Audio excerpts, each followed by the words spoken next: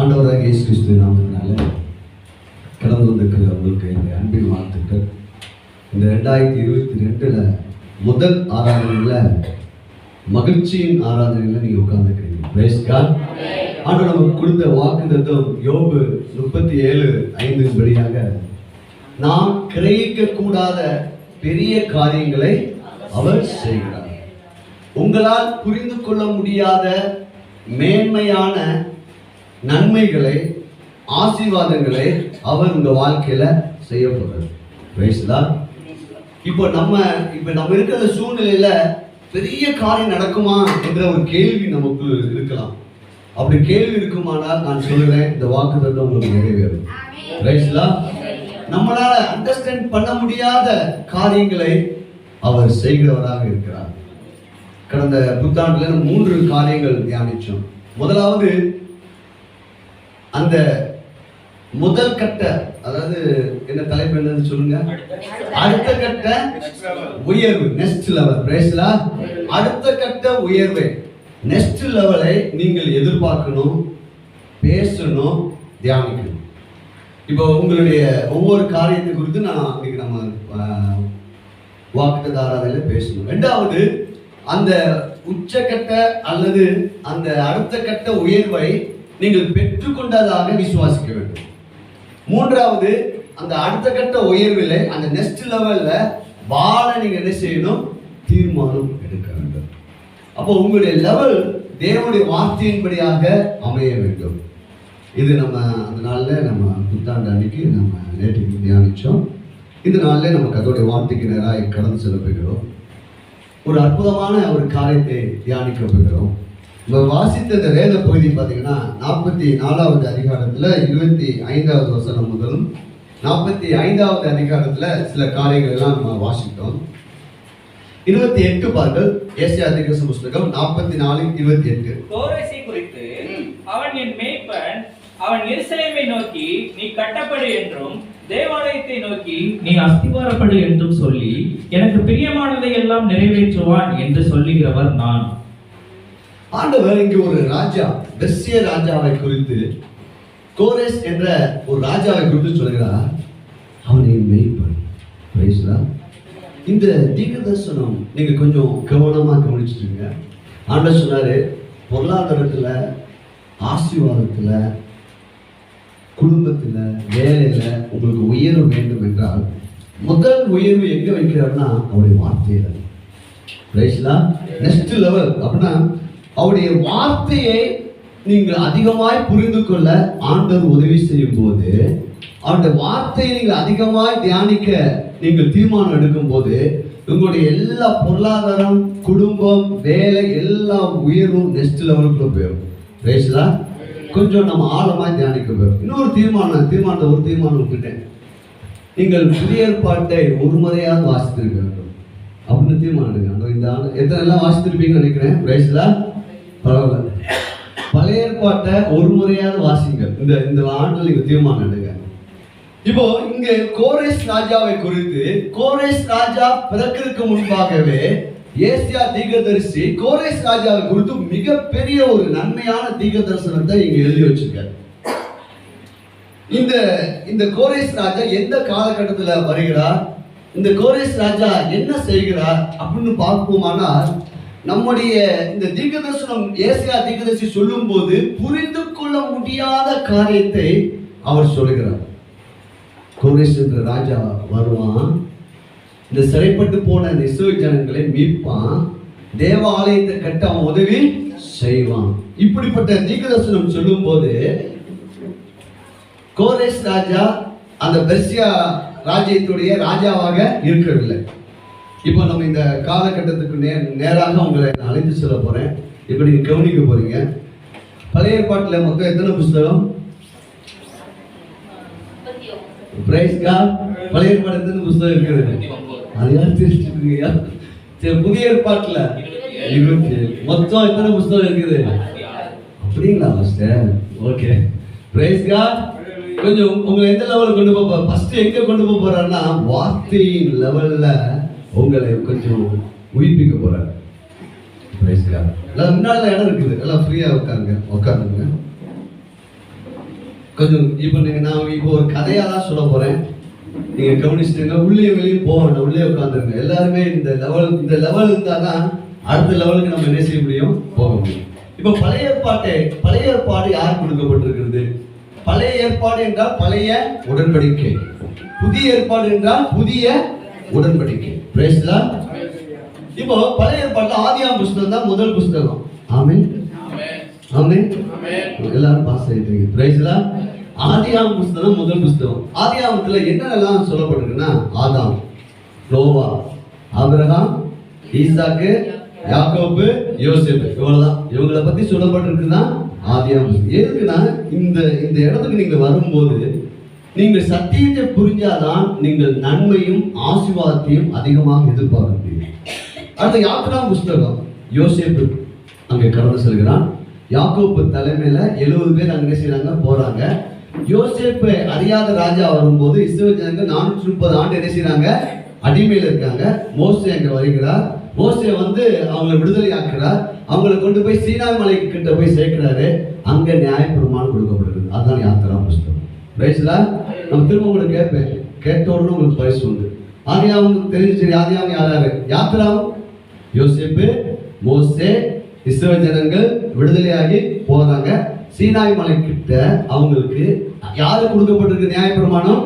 யூதருக்கு, நமக்கு அல்ல. Praise the Lord. இதை புரிஞ்சுக்கிட்டாங்க. சத்தியத்தை யாரு என்ன கேள்வி கேட்டாலும் நீங்க அடிக்கல அவங்க ஒண்ணு இங்க ஓடி வந்துருவாங்க. Praise the Lord. அப்ப அந்த நியாயப்பிரமாணம் நமக்கு கொடுக்கப்படவில்லை, யூதர்களுக்கு கட்டளையாக கொடுக்கப்படும். எப்படிலாம் வேலை பார்க்கணும், எப்படி குடும்பத்தை நடத்தணும், என்னென்ன தண்டனை. அந்த நியாயப்பிரமாணத்தின் அடிப்படையில தான் நீங்க உலகமே எல்லாம் உருவானது. Praise the Lord. யாருக்கு எப்படி ஒருத்தனை அடிச்சுட்டா அவனுக்கு என்ன கொடுக்கணும், என்ன பண்ணணும், ஒவ்வொரு சட்டங்கள். நியாயப்பிரமாணம் என்ற சட்ட புஸ்தகம். எப்படி நடந்துக்கணும், தேவன் கிட்ட எப்படி பலி செலுத்தணும். லேவியாம் புஸ்தகம் அப்படி என்றால் முழுவதுமே பலி. Praise the Lord. எப்படி ஆண்டவர்கிட்ட நீ வரணும்னா நீயாவே வர முடியாது, நீ பலியோடு தான் வரணும். இப்ப நம்ம ஏன் இந்த புதிய உடன்படிக்கையில புதிய ஏற்பாட்டுல யாரெல்லாம் நம்ம மேன்மைப்படுத்தணும்னா, நம்ம ஜெபத்தையோ நம்ம உபவாசத்தையோ மேன்மைப்படுத்தக்கூடாது.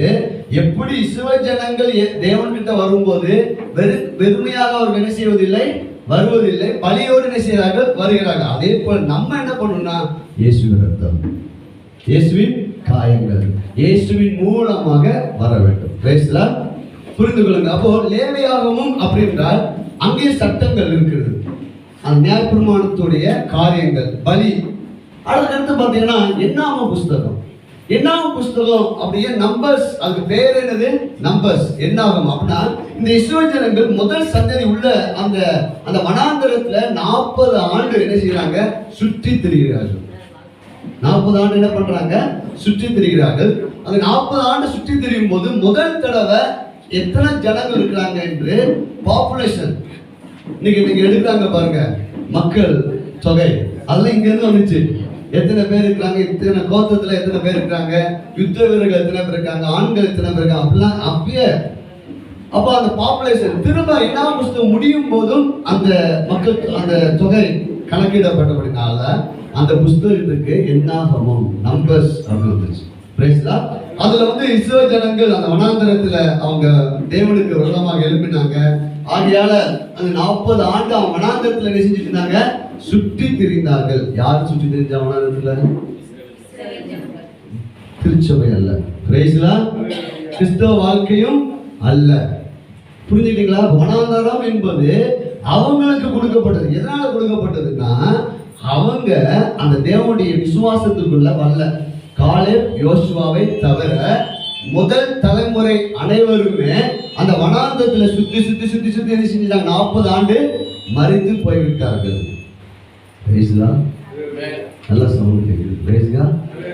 இப்படி கொஞ்சம் கவனிச்சுட்டு இருக்காங்க. ஏன்னா வனாந்தரம், கிறிஸ்தவ வாழ்வு என்பது, வனாந்தரம் என்பது பழைய ஏற்பாடு. Praise God.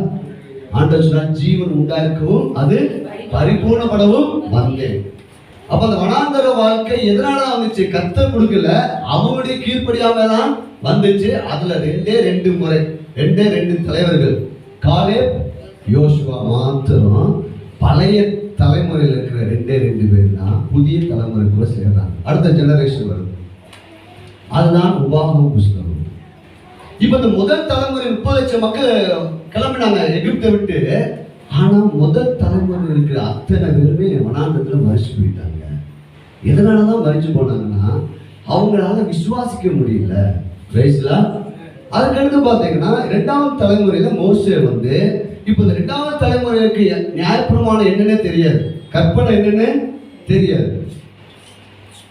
செல்போன் தான் நீங்க ஆஃப் பண்ணி வச்சுருங்க. ஒரு முக்கியமான காரணம் ஆஃப் பண்ண தெரியல, பக்கத்து உள்ளவங்களை கொடுத்துருங்க, அவங்க ஆஃப் பண்ணி வச்சுருவாங்க.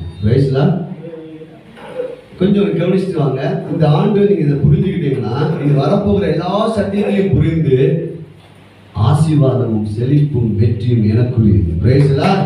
உங்களை வந்து எந்த செய்தி கேட்டாலும் நீங்க வந்து என்ன செய்ய மாட்டீங்க, பதில் பேசுவீங்க. இப்ப இதெல்லாம் யாருக்கு நான் சொல்லி கொண்டு வருகிறேன்? இஸ்ரவேல் ஜனங்களுக்கு, ஆபிரகாம் சந்ததிக்கு, அந்த யாக்கோபுடைய 12 கோத்திரத்துக்கு கர்த்தர் கொடுத்ததுதான் நியாயப்பிரமாணம். அவங்க கீழ்ப்படியாமையினால அந்த முதல் தலைமுறை எல்லாமே வனாந்தரத்தில் மறித்து போய்விட்டாங்க. காலேப் யோசுவா மாத்திரம். மோசே வந்து திரும்ப உபாகம புஸ்தகம். இப்ப என்னென்ன புஸ்தகம் பார்த்துட்டோம்? ஆதியாகமும், யாத்திராகமும், லேவியாகமும், என்னாகமும், உபாகமம். உபாகமம் என்பது மறுபடியும் நியாயப்பிரமாணத்தை ஞாபகப்படுத்துறார் மோசே. முதல் தலைமுறைகளுக்கு எல்லாம் மறிச்சிட்டாங்க. அப்ப எப்பா இப்படிலாம் நடந்துருங்கப்பா அப்படின்னு சொல்லிட்டு மோசே மறிக்கிறார். அதுக்கடுத்து யோசுவா தலைமையில அவர்கள் பாலும் தேனும் ஓடுகிற கானானுக்குள்ள கொண்டு போறாங்க. தேவனுடைய திட்டங்கள் இந்த இஸ்ரவேல் ஜனங்கள் வனாந்தரத்துல மறிக்கிற தேவ திட்டமா, பாலும் தேனும் ஓடுகிற கானானுக்குள்ள போவது தேவனுடைய திட்டமா? சொல்லுங்க. அப்ப கானான் என்பது இந்த பூமிக்குரியது. நம்ம ஆளுங்க இறந்தவன ஒரு பாட்டு பாடுவாங்க, பரம கானான். பரலோகத்தை குறிக்கல, இது வந்து பூமிக்குரியது. ஏனென்றால் அந்த கானானுக்குள்ள 7 வகையான ஜாதியினர் இருந்தாங்க. அவங்க கூட யுத்தம் பண்ணாங்க. பரலோகத்தில் நமக்கு யுத்தம் இல்லை. அப்ப இன்னைக்கு ஒரு கூட்டம் சொல்லுது, இங்க வந்து நமக்கு ஒண்ணுமே இல்லை, பரலோகத்துல எல்லாமே இல்லை. தேவனுடைய யாத்திராகமம் 3:8 என்ன சொல்லுதுன்னா, உன்னை நான் இப்படிப்பட்ட இந்த அடிமைத்தனத்திலிருந்து உன்னை விடுதலையாக்கி பாலும் தேனும் ஓடுகிற நலமும் விசாலமான இடத்துல கொண்டு போய் உன்னை என்ன செய்வேன், சேர்ப்பேன். இவங்க விசுவாசிக்கல. விசுவாசித்த 2 பேர் அடுத்த தலைமுறைகள் எல்லாம் காணாமல் போயிட்டாங்க. அங்க போய் என்ன பண்ணாங்க தெரியுமா? கட்டாத வீட்டுல குடியிருந்தாங்க. அரண்மனைகளை சுதந்திரிச்சார்கள், நிலங்களை சுதந்திரிச்சார்கள். இவங்க ஒண்ணுமே செய்யல. இவங்க செஞ்சதுலாம் ஒண்ணு, அந்த ஆசீர்வாதமான வாக்குத்தத்தத்தின் மீது விசுவாசம் வைத்தார்கள். அல்லேலூயா. இந்த ஆண்டு உங்களை பார்த்து ஆண்டவர் சொல்ல, பாலும் தேனும் ஓடுகிற வாழ்வு தான் என்னுடைய வாழ்வு. அப்ப வனாந்தரம் அப்படின்னு சொல்லிலாம் நீங்க என்ன செஞ்சிடணும், உஷாராயிரும். அது அவர்களுக்கு. உங்களுக்கு வேணா நீங்க வச்சுக்கோங்க. எங்களுக்கு ஆண்டவர் கொடுத்தது பாலும் தேனும் ஓடுகிற நலமும் விசாலம். அதுக்கடுத்து பார்த்தா யோசுவா தலைமைக்கு அப்புறம் யோசுவா மறிச்சு போயிட்டான். இப்ப லீடர்ஸ் எல்லாம் இவங்க எல்லாம் பார்த்தாங்கன்னா யாருமே லீடர் இல்லை. அப்ப அவன் இஷ்டத்துக்கு ஆட்சி செய்ய ஆரம்பிச்சுட்டான். இன்னைக்கு முன்னாடி பாத்தீங்கன்னா ஒவ்வொரு கிராமத்துல ஒரு ஆட்சி செய்வாங்க பாருங்க, அதுக்கு என்ன சொல்லுவாங்க, நாட்டாமை. அவன் நாட்டாமை பண்ண ஆரம்பிச்சுட்டான். அப்புறம் பாத்தீங்கன்னா நியாயாதிபதி புஸ்தகம், அங்கதான் ஒரு 12 நியாயாதிபதிகளை ஆண்டவர் கொடுத்தாரு. ஒத்தினியில இருந்து சிம்சோன், கிதியோன், தெபரா, இப்படி 12 பேரை கொடுக்குறாரு. இதுக்கு அப்புறம் பாத்தீங்கன்னா நியாயாதிபதிகள் வந்த போது இந்த இஸ்ரவேல் ஜனங்களுக்கெல்லாம் இல்ல, எங்களுக்கு மற்ற ஜாதியினர் போல எங்களுக்கு ஒரு ராஜா வேணும் அப்படின்னு சொல்லி விருப்பப்பட்டாங்க. அப்போ அந்த ராஜாவை ஏற்படுத்துறதுன்னா தீர்க்கதரிசி, முதல் தீர்க்கதரிசி ஆண்டவர் கொடுத்தாரு. இவங்க லீட் பண்றது முதல்ல யாரை கொடுத்தாரு? மோசேயை கொடுத்தாரு. 2வது யோசுவாவை கொடுத்தாரு. அதுக்கடுத்து 3வது நியாயாதிபதிகளை கொடுத்தாரு. அதுக்கடுத்து தீர்க்கதரிசி கொடுத்தாரு. தீர்க்கதரிசி வழி நடத்தினார் சாமுவேல் தீர்க்கதரிசி. அதுதான் 1 சாமுவேல். இப்ப எவ்வளவு தூரம் வந்துட்டீங்க? 1 சாமுவேல் நீங்க படிச்சிட்டீங்க. 1 சாமுவேல். இங்க தீர்க்கதரிசி. இப்ப தீர்க்கதரிசி வந்து மக்களுக்கு ஆலோசனை கொடுக்கிறாரு. ஆனா இவங்க எல்லாம் கேட்கிறாங்க, அந்த அவங்களுக்கு ராஜா இருக்காங்க, நமக்கு ஒரு ராஜா வேணும் அப்படின்னு இஸ்ரவேல் ஜனங்க விரும்புறாங்க. உடனே முதல்ல கொடுத்த ராஜா தான் சவுல் ராஜா. இந்த சவுல் ராஜா வந்து தேவனுடைய கட்டளைக்கு கீழ்ப்படியாதனால ஆண்டவர் சவுலை தள்ளிட்டு ஆடுகளுக்கு பின்னாடி போயிட்டு இந்த தாவீதை கொண்டு வந்து ராஜாவாகிறார். இந்த தாவீதுக்கு ஆண்டவர் வாக்குத்தத்தம் கொடுத்துட்டாரு. என்ன கொடுத்துட்டாருன்னா, உன் சந்ததியிலப்பா ராஜ்யபாரம் இல்லாம இருக்காது, உன்னுடைய சந்ததி முழுதும் உனக்கு ராஜ்யத்தை என்ன செய்வேன் கொடுப்பேன்னு சொல்லிட்டாரு. அதுக்கடுத்து அந்த தாவீதுக்கு அப்புறம் சாலமோன் வருகிறார். பிரைஸ்லா. இந்த சாலமோன் நல்லா தான் ஆட்சி பண்ணிட்டு இருந்தான், நல்லா தான் பண்ணிட்டு இருந்தான். ஆனா அவன் வந்து பாத்தீங்கன்னா விக்கிர ஆராதனைக்குள்ள போயிட்டான். ஆகையால் என்ன ஆச்சுன்னா இந்த கோத்திரம், அந்த தாவீது பிடிச்ச கோத்திரம் தான் மொத்தம் 12 கோத்திரம். யாக்கோபுடைய 12 பிள்ளைகள் தான் 12 கோத்திரம். இந்த சாலமோன் காலகட்டத்துக்கு பிற்பாடு ராஜ்யம் 10ஆக 2ஆக பிரியுது. பேசலா சொல்லுங்க, கையை பிடிச்சிருங்க. 10 2. இந்த 2 யாருன்னா யூதா பென்யமீன். இதுக்கு தலைநகரம் எருசலேம். இந்த 10 கோத்திரத்துடைய ஆளுகையான எப்ராஹிம் தலைமையில இந்த 10 கோத்திரம் ஒரு தேசமாக மாறுது. அதான் இஸ்ரேல். இஸ்ரேல் தேசமாக இஸ்ரேல். இது வந்து யூதா தேசமாக. இப்போ ராஜ்யம் பிரிஞ்சிருச்சு சாலமோன் காலகட்டத்துக்கு அப்புறம். அதுக்கப்புறம் பாத்தீங்கன்னா அதுதான் 1 ராஜாக்கள் புஸ்தகத்துல வருது. இந்த 2 ராஜாக்கள் புஸ்தகத்துல இந்த யூதா கோத்திரத்துல வருகிற ராஜாக்கள் எல்லாம் கொஞ்சமாவது கர்த்தருக்கு பயப்படுகிறவராக எழும்பினாங்க. ஆனா இந்த எப்ராஹிம் தலைமையில் இருக்கிற இந்த 10 கோத்திரத்துடைய ராஜாக்கள் தேவனுக்கு என்ன செய்யல, சுத்தமா பயப்படும். பல ராஜாக்கள் வர. இதுதான் 1 ராஜாக்கள் 2 ராஜாக்கள் புஸ்தகம். எத்தனை வந்துட்டோம்? முழு பைபிளையும் பாதி வந்துட்டீங்க. பிரைஸ்லா.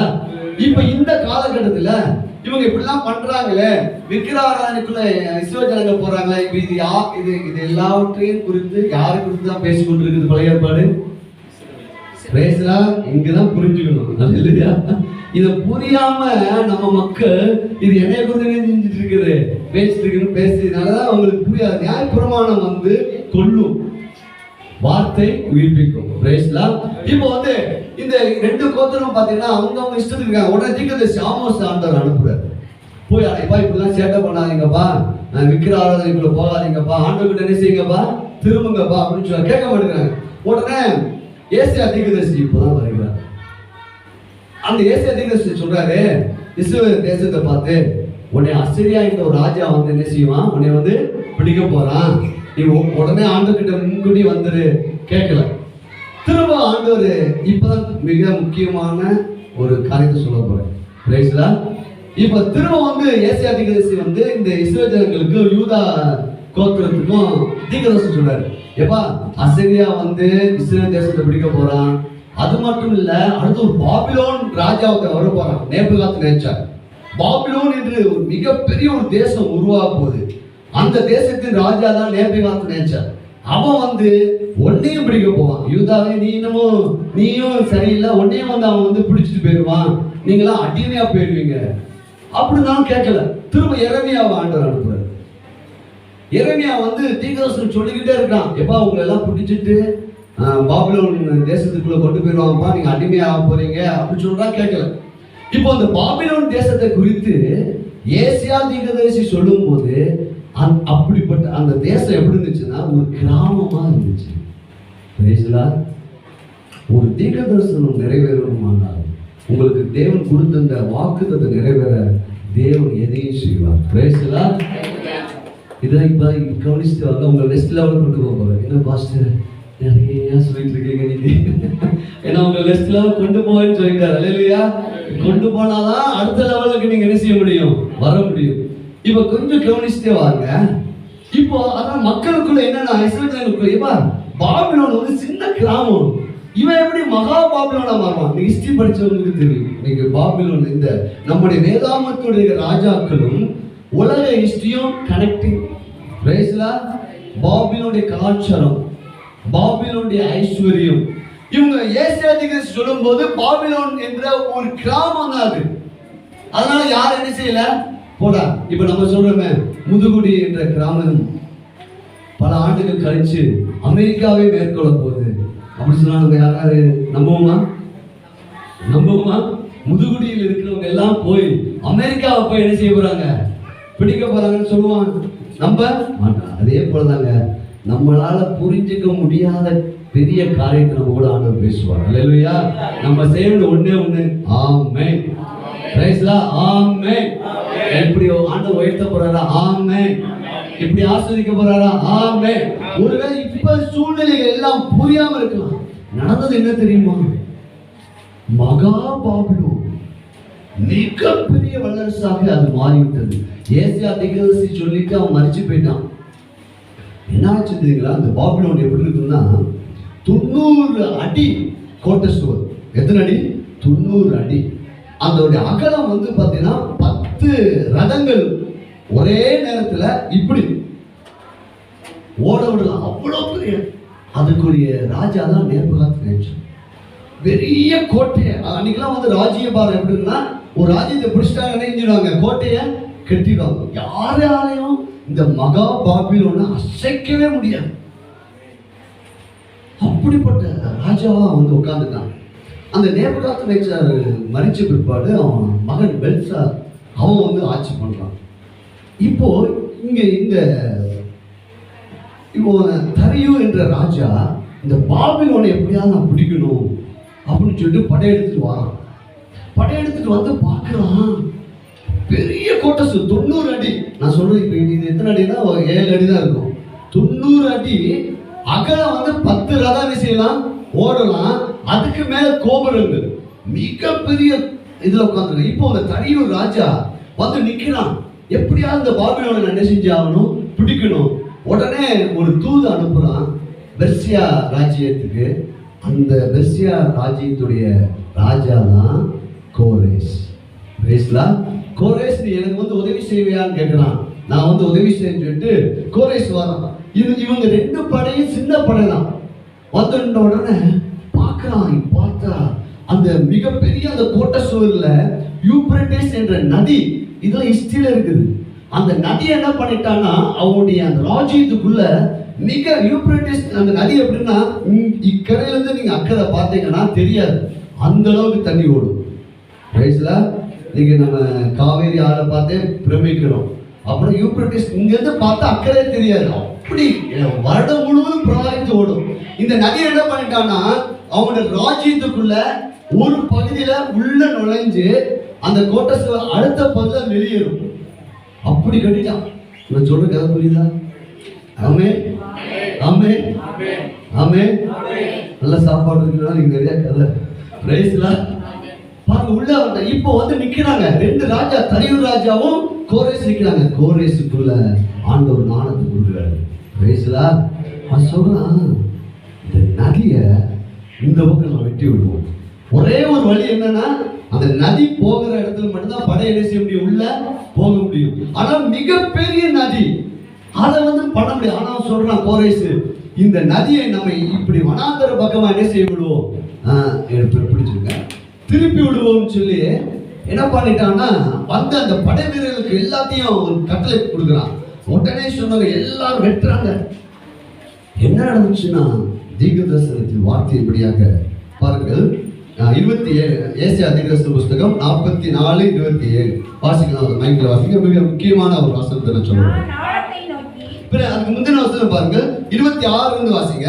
நான் என் ஊழியக்காரின் வார்த்தையை நிலைப்படுத்தி. ஓ பிரைஸ் காட். இது என்ன தீர்க்கதரிசனம்? யார் சொன்னது? ஏசியா சொன்னான். பாபிலோன் என்ற ராஜா வருவான். இதுக்கு முன்னாடி நடந்தாமா, இது இந்த காரியத்துக்கு முன்னாடி நடந்துச்சுன்னா இந்த இஸ்ரவேல் ஜனங்களை வந்து அசீரியா ராஜா பிடிச்சிட்டு போயிட்டான். அசீரியா ராஜா வந்து இஸ்ரவேல் ஜனங்கள் மேல ஆளுகை எடுத்துட்டான். இந்த தீர்க்கதரிசனம் நிறைவேறதுக்கு முன்னாடி.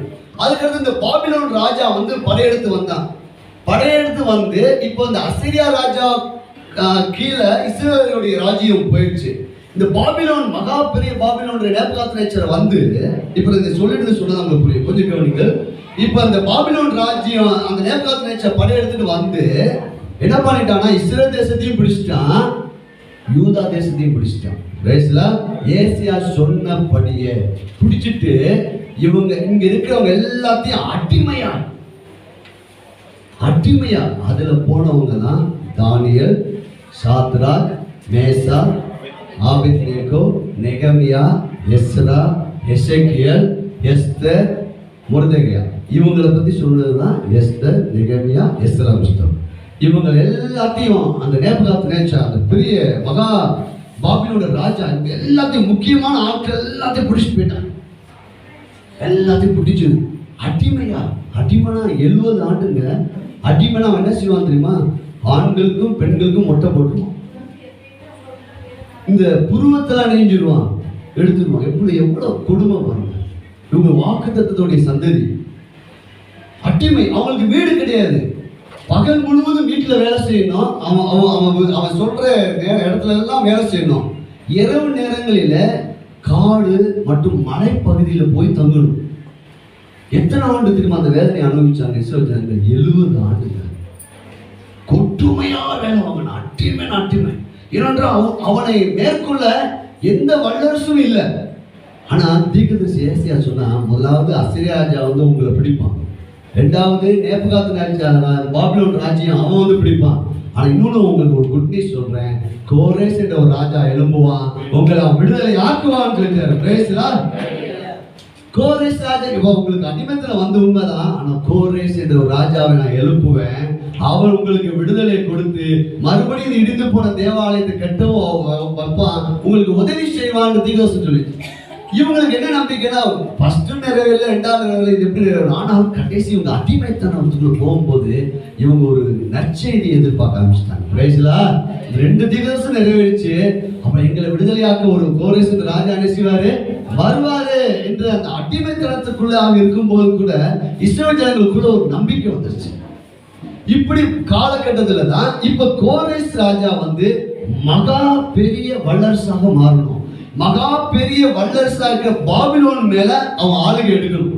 இதுக்கு தேவன் செய்தார் பாருங்க. சின்ன ராஜாவை உங்க மேல என் மேலையும் ஆண்டவர் என்ன வாக்குத்தத்தம் கொடுத்திருக்காரோ அது எப்படிப்பட்ட சூழ்நிலையும் அவர் நிறைவேற்றி காட்டுவாங்க.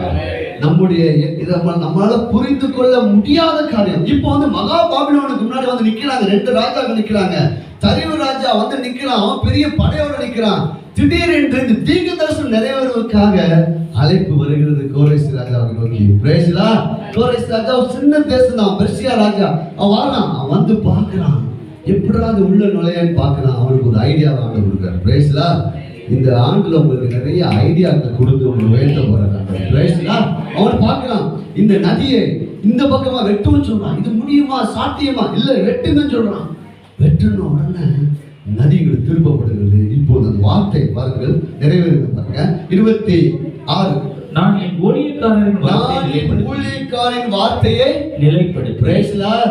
உங்களுக்குள்ளாக தேவனுடைய வாக்குத்தத்தங்கள் வரும்போது ஆண்டவர் சொல்றாரு, ஊழியக்காரன் வாயிலிருந்து வந்த வார்த்தையெல்லாம் நிறைவேற்றுவேன். ஏசாயா தீர்க்கதரிசி, எரேமியா தீர்க்கதரிசி சொன்ன வாக்குத்தத்தங்களை இப்போ இங்க என்ன செய்யறாரு, நிறைவேற்ற போறாரு. அடுத்து பாருங்க, நிலைப்படுத்தி என் ஸ்தானாபதிகளின் ஆலோசனை நிறைவேற்றி குடியேறுவாய் என்று எருசலேமுக்கும். ஏன்னா அவங்க இப்ப எப்படி இருக்காங்க, 70 ஆண்டு கொடுமையான அடிமைத்தனத்தில் இருக்காங்க. குடியேறுவாய் என்று எருசலேமுக்கும் கட்டப்படுவீர்கள் என்று யூதாவின் பட்டணங்களுக்கும் சொல்லி அவைகளின் பாழான ஸ்தலங்களை எடுப்பிப்பவர் நான் ஆழத்தை நோக்கி வற்றிப்போ என்றும் உன் நதிகளை வெட்டாந்தரையாக்குவேன் என்றும் சொல்லுகிறார். இந்த தீர்க்கதரிசனம் எங்க நிறைவேறுது என்றால், பாபிலோனுடைய அந்த சாம்ராஜ்யத்துக்குள்ள வருகிற அந்த யூப்ரட்டிஸ் நதியை அதை இப்படி வெட்டி விட்டான் பாருங்க, ட்ரை ஆயிடுச்சுங்க. பிரேஸ்லா, நான் என்ன பண்ணுவேன்னா, நான் அந்த ஆழத்தை நோக்கி வற்றாத நதியை வற்றி போக வச்சு இந்த படைகளை உள்ள அனுப்புறாரு. பிரேஸ்லா, இந்த தீர்க்கதரிசனம் பாருங்க, என்றும் உன் நதிகளை வெட்டாந்தரை ஆக்குவேன். இப்படி அந்த அந்த பாபிலோனுடைய அந்த சாம்ராஜ்யத்துக்குள் போய்கொண்டிருந்த யூப்ரட்டிஸ் நதியை அப்படி திருப்பிட்டாங்க. திருப்பின உடனே அத்தனை படைகளும் உள்ள அந்த நதி போன அந்த அண்டருக்குள்ள போனா என்ன பண்ணிருக்கானா, அந்த தேசத்துடைய அத்தனை வெள்ளி, தங்கம், பொற்காசுகள் அனைத்தையும் கீழே அண்டர்ல போட்டிருக்கான் அந்த ராஜா. அங்கதாங்க அந்த வசனம் நிறைவேறு பாருங்கள். 45:4 பாருங்கள். வெண்கல கதவுகளை உடைத்து இருப்பு தாழ்பாகளை முறித்து அந்த காலத்தில் இருக்கிற பொக்கிஷங்களையும் ஒளிப்பிடத்தில் இருக்கிற புதைகளையும் உனக்கு கொடுப்பேன். அல்லேலூயா. இதுவரை மறைக்கப்பட்டிருக்கிற ஆசீர்வாதங்கள் நம்முடைய கண்களுக்கு முன்பாக இந்த ஆண்டு இயேசுவின் நாமத்தால் தெரியும். இது எப்படி நடக்கும்? ஆமென். இப்போ அந்த முழு படையும் தரிவு ராஜாவும் கோரேஸ் ராஜாவும் படையெடுத்து உள்ள பாக்குறாங்க. பாதாள சுரங்கம். என்னடா திறக்கிறாங்க, வெறும் தங்கம்.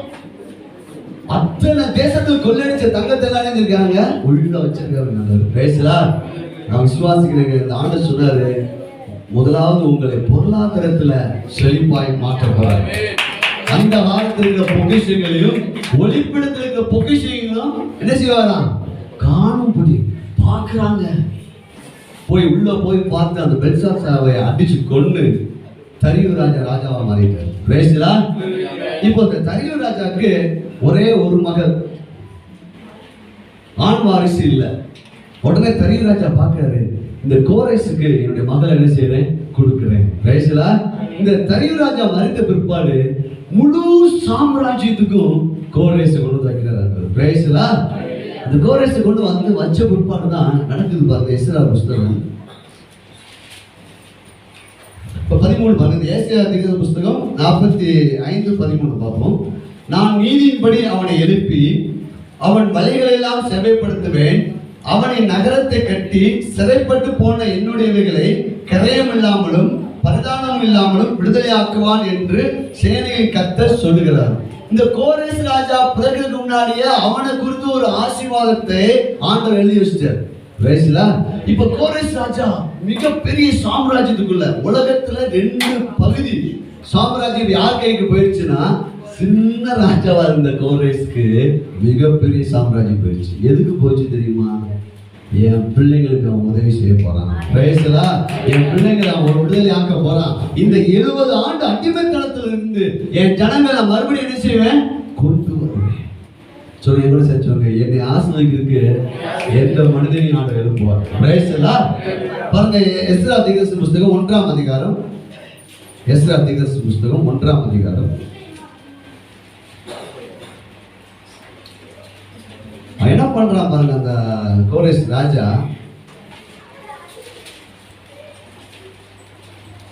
எடுத்து வாசிக்க 1ஆம் அதிகாரம் நெகேமியா எஸ்ரா. வாசிக்க. எரேமியாவின் வாயினாலே கர்த்தர் சொன்ன வார்த்தை நிறைவேறும்படி பெர்சியாவின் ராஜாவாகிய கோரேசுடைய 1ஆம் வருஷத்திலே கர்த்தர் பெர்சியாவின் ராஜாவாகிய கோரேசின் ஆவியை ஏவினதினாலே அவன், பரலோகத்தின் தேவனாகிய கர்த்தர் பூமியின் ராஜ்யங்களை எல்லாம் எனக்கு தந்தருளி யூதாவில் உள்ள எருசலேமிலே தமக்கு ஆலயத்தை கட்டும்படி கட்டளையிட்டிருக்கிறார். இவன் போய் பாபிலோன் ராஜ்யத்துக்குள்ள போய் வந்து நீ உட்கார்றான். யாரு? கோரேஸ். அப்ப ஜனங்க சொல்றாங்க, இஸ்ரவேல் ஜனங்க, ஐயா உங்க பேர் கோரேஸ், நீங்க வருவீங்கன்னு எங்களுக்கு ஏற்கனவே ஆண்டவர் சொல்லிட்டாரு. அவன் சொன்ன அசந்தத்தான் என்னை குறித்து எழுதப்பட்டிருக்குது அவங்களுடைய வேதாகமத்துல. ஆமா, அப்படி பார்க்கும்போது அவன் பார்க்கறான், இவ்வளவு பெரிய வெற்றிக்கு அந்த பரலோக தேவன் தான் எனக்கு காரணம் அப்படின்னு புரியறான். அந்த ராஜா புரியறான். இவங்க பாருங்க, 68 ஆண்டுகள் ஆயிடுச்சு. 70 ஆண்டுல இந்த காரியங்கள் எல்லாம் நடக்குது. இந்த பாபிலோனுக்கு கீழே தான் யாரு அடிமையா இருக்கிறாங்க? இஸ்ரவேல் ஜனங்க. இப்போ அவன் சொன்ன உடனே இதை பார்த்த உடனே சொல்றாங்க, பரலோகத்தின் தேவனாகிய கர்த்தர் பூமியின் ராஜ்யங்கள் எல்லாம் எனக்கு. அப்ப எனக்கு இவ்வளவு பெரிய வெற்றியை கொடுத்தது என்னால அல்ல, அந்த பரலோக தேவன் தான் எனக்கு நினைச்சிருக்காரு, செய்கிறாரு அப்படின்னு சொல்லி புறஜாதி ராஜா. அவன் கோரேஸ் சொல்ற, ஆண்டவர் சொல்றாரு கோரேஸ் பத்தி, அவன் என் மேய்ப்பன். அப்படி சொல்லும்போது அவன் பிறக்கவே இல்லைங்க. அவனுக்கு இப்படி ஒரு ராஜ்யபாரமே இல்லை. ஆனா நீங்க கர்த்தர் உங்களை என்னையும் பார்த்து சொல்றாரு, நீ என்னுடைய பிள்ளை. நீ ஒரு நீதிமான், நீ ஐஸ்வர்யவான், நீ ஜெயம் பெற்றவன், நீ என் கூட உட்கார்ந்து இருக்கிற, நீ என்னுடைய மேய்ப்பன் அப்படின்னு சொல்ற, நீ எனக்கு விருப்பமானதான் நீ செய்வேன்னு கோரேஸ் ராஜா பத்தி பேசுற. அப்போ இதை பார்த்த உடனே அவன் என்ன பண்ணான் பாத்தீங்கன்னா, பரலோகத்தின் தேவனாய் கர்த்தர் பூமி ராஜ்யங்கள்லாம் எனக்கு தந்தருளி யூதாவின் எருசலேமில் தமக்கு ஆலயத்தை கட்டும்படி எனக்கு கட்டளையிட்டு இருக்கிறான். எப்படி இவன் இதை கண்டுபிடிச்சான்னா, வார்த்தையின் மூலமாய். உங்களுடைய ஆசீர்வாதத்தை, உங்களுடைய நெக்ஸ்ட் லெவலை நீங்கள் எங்கே கண்டுபிடிக்கலாம் என்றால் வார்த்தையின் மூலமாய். உங்களை குறித்து என்ன எழுதியிருக்குது அப்படின்னா, நீங்க ஐஸ்வர்யவான் என்று எழுதியிருக்குது. ஆமென். உங்களை குறித்து என்ன எழுதியிருக்குது? நீங்க நீதிமான் என்று எழுதியிருக்குது. உங்களை குறித்து என்ன எழுதியிருக்கு? நீங்க தேவனுடைய பிள்ளை.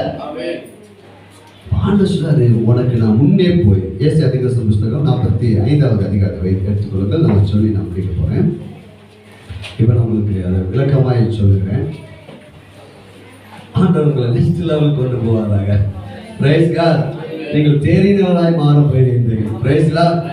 இப்பதான் சொல்றாரு ஏசாயா தீர்க்கதரிசன புஸ்தகம் 45வது அதிகாரத்துல அவனுக்கு வாக்குத்தத்தங்கள் கொடுக்கிறாரு.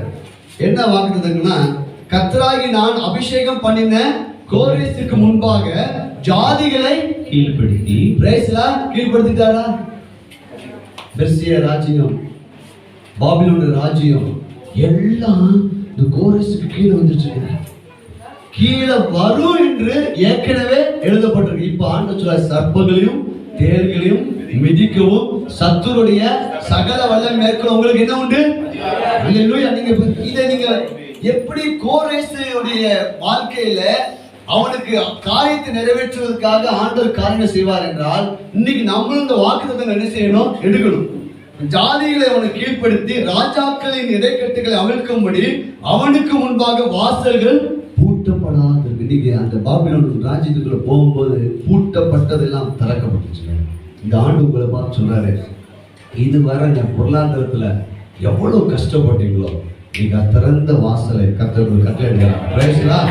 சரீரத்துல நீங்க எவ்வளவு பலவீனப்பட்டீங்களோ உங்களுக்கு திறந்த வாசலை ஆண்டவர் கட்டளையிடுகிறாங்க. உங்க எதெல்லாம் உங்க வாழ்க்கையில ரொம்ப கஷ்டம் நினைச்சிருக்கீங்களோ அதெல்லாம் இயேசுவின் நாமத்தில் திறக்கப்படுவதாக, அதெல்லாம் திறக்கப்படுவதாக.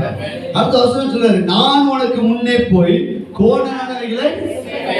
அப்ப கோரேஸ் ராஜாவும் தரியூர் ராஜாவும் அந்த பாபிலோன் ராஜ்யத்தை பிடிச்சதுக்கு ஒரு காரணம், கர்த்தர் அவங்களுக்கு முன்பாக போனார். இந்த ஆண்டு நீங்க உங்களுக்கு வரப்போக அத்தனை ஆசீர்வாதமும் தடை வராது.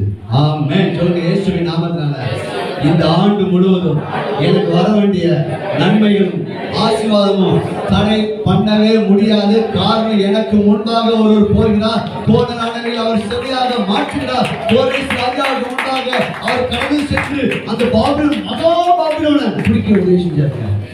அப்போ உங்க லெவல் எப்படி இருக்கு தெரியுமா? பெருசா. இப்ப இந்த தரியூர் ராஜா கோரேஸ் ராஜா கூப்பிடும்போது அவனுடைய எண்ணங்கள் கம்மியா இருந்துச்சுன்னா என்ன சொல்லியிருப்பான் தெரியுமா? ஐயோ, அவன் எவ்வளவு பெரிய கோட்டையில் உட்காந்துருக்கான், அவனை போய் பிடிக்கணும்னு நினைக்கிறீங்க. நம்ம படையாள பேச முடியாது.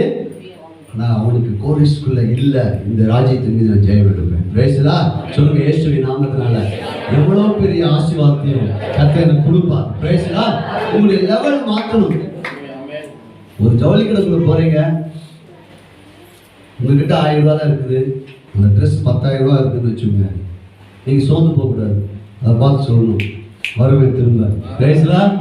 உன்னை வாங்குவேன். பிரேசலா. ஒரு சின்ன கார்னா 6 லட்சத்துக்குலாம் கார் வாங்கிக்கலாம். இப்ப நீங்க பாபிலோன் சாம்ராஜ்யத்தை முறியடிக்க போறீங்க. பிரேசலா. இப்ப பெரிய கார் வாங்க முடியுமா? வாங்க வேண்டாம் அப்படி சொல்லணும். பிரேசலா.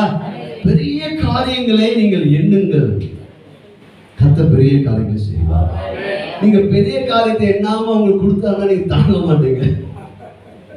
அது உங்களுக்கு விஷயம் தெரியுமா? ஆசீர்வாதத்தை நீங்க ஒரு 4 ரூம்குள்ள ஒரு வீட்டுல இருக்கீங்கன்னு வச்சுக்கோங்க. ஒரு 5 சின்ன ரூம்ல இருக்கிறீங்க. உங்களுக்கு திடீர்னு ஒரு பங்களா வீட கொடுத்தா நீங்க காலி புள்ளியாக போக மாட்டீங்க. அதுவும் நம்ம பாருங்க, நம்ம காலத்துல நம்ம அம்மா அப்பா காலத்துல 6 பிள்ளைங்க 8 பிள்ளைங்க இருந்தாங்க, நல்லா இருந்துச்சு. பிரைஸ்ல. இப்ப பாருங்க, பெரிய பங்களா கொடுத்தா நீங்க அங்க என்ன செய்ய மாட்டீங்க? குடியிருக்க மாட்டீங்க. பிரைஸ்ல.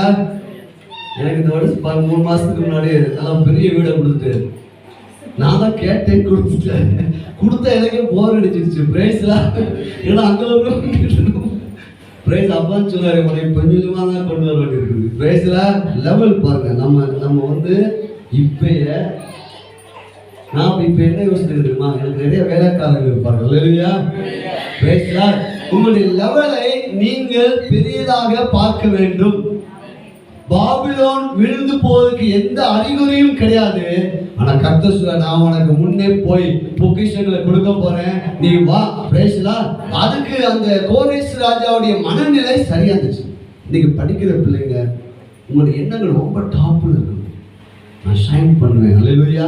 வேலை பார்க்குற இடத்துல நீங்க ஒரு லேபரா இருக்கலாம், ஆனா முதலாளியா நீங்க என்ன செய்யணும்? கற்பனை பண்ணுங்க.